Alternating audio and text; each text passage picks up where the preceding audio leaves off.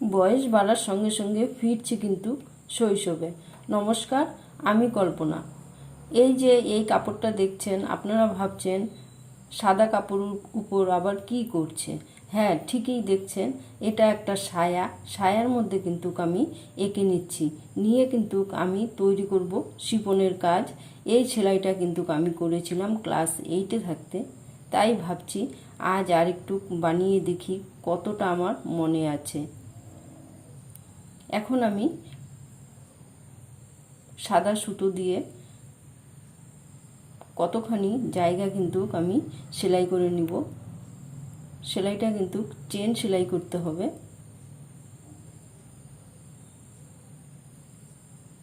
আমি যখন সেলাইটা করছিলাম আমাদের এখানে কিন্তু খুব বৃষ্টি হচ্ছিল, আর চারদিক কিন্তু খুব অন্ধকার ছিল।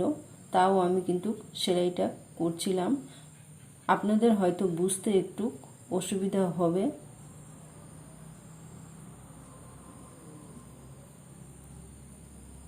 কতখানি জায়গা কিন্তু আমি চেন সেলাই করে নিলাম। চেন সেলাই কিন্তু আপনারা অনেকেই করতে পারেন, খুবই সোজা একটা সেলাই।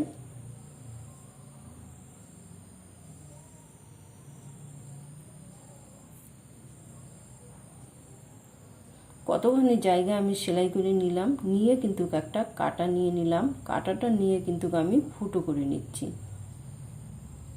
ফুটো করে নিয়ে কিন্তু এটার চারদিকে কিন্তু সেলাইটা করব। এই সেলাইটাকে কিন্তু বোতাম ফুট সেলাই বলে। একসঙ্গে কিন্তু আমি দুটো সেলাই করলাম, একটা হলো চেন সেলাই, আরেকটা কিন্তু বোতাম ফুট সেলাই।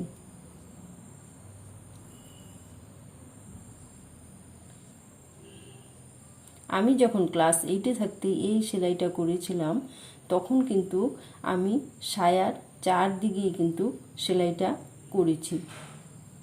তখন তো এত ঝামেলা ছিল না, এত কাজকর্মও ছিল না, চারদিকেই কিন্তু সেলাইটা করেছি। এখন তো সমস্ত কাজকর্ম করে কিন্তু সেলাই টেলাই করতে হয়।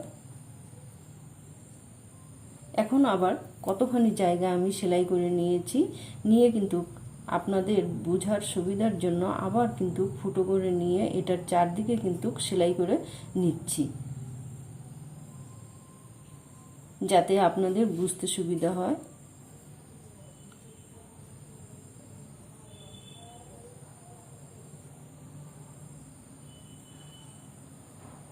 আর যখন ফুটোটা করা হবে তখন কিন্তু কাপড়টা একটু লুজ হয়ে যায়, তখন কিন্তু ফ্রেমটা টেনে টেনে কাপড়টা কিন্তু টাইট করে নিতে হয়, তাহলে কিন্তু সেলাইটা খুব ভালো হয়। এইভাবে কিন্তু একটু ঘুরিয়ে ঘুরিয়ে সেলাইটা করতে হয়। একভাবে কিন্তু সেলাইটা করা যায় না, এর জন্য কিন্তু ফ্রেমটা একটু ঘুরিয়ে ঘুরিয়ে কিন্তু আমি সেলাইটা করছি।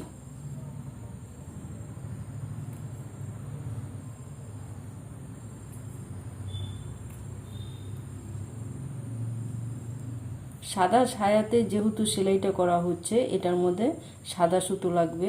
আবার অন্য কোনো সায়াতে যদি আপনারা সেলাই করেন, যেমন কালো, লাল, যে কোনো সায়াতেও কিন্তু শিফন করা যাবে, সেইগুলোতে কিন্তু আবার কালো সুতো লাগবে। আবার যদি লাল সায়াতে করেন সেটাতে কিন্তু লাল সুতো লাগবে।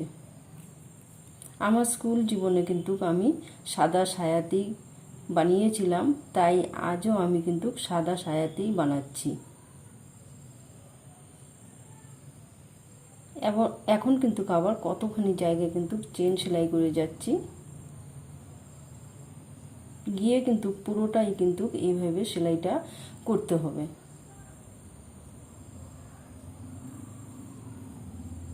একটু দেখলেই কিন্তু বোঝা যাবে যে সেলাইটা কত সুন্দর।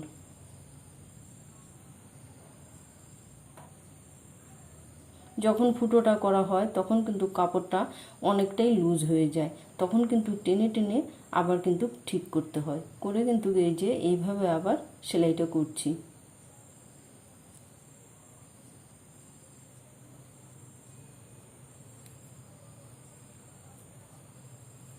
আপনাদের যদি মনে হয় যে না ফুটোটা একটু ছোট হয়ে গেছে, তাহলে কিন্তু আপনারা একটু বড় করে নিতে পারেন।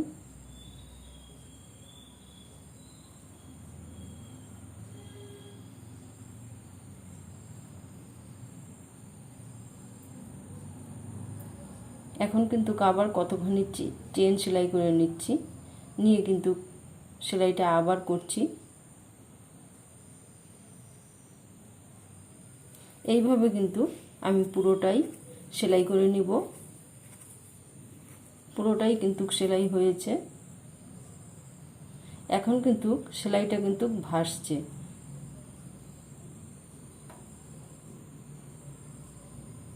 যেহেতু সাদা কাপড়ের উপর কাজটা করছি,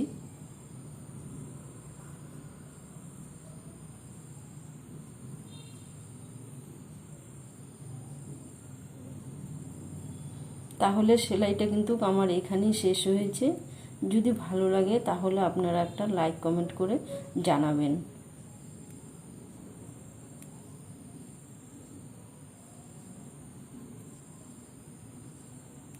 দেখা হচ্ছে পরের দিন ভালো কিছু নিয়ে।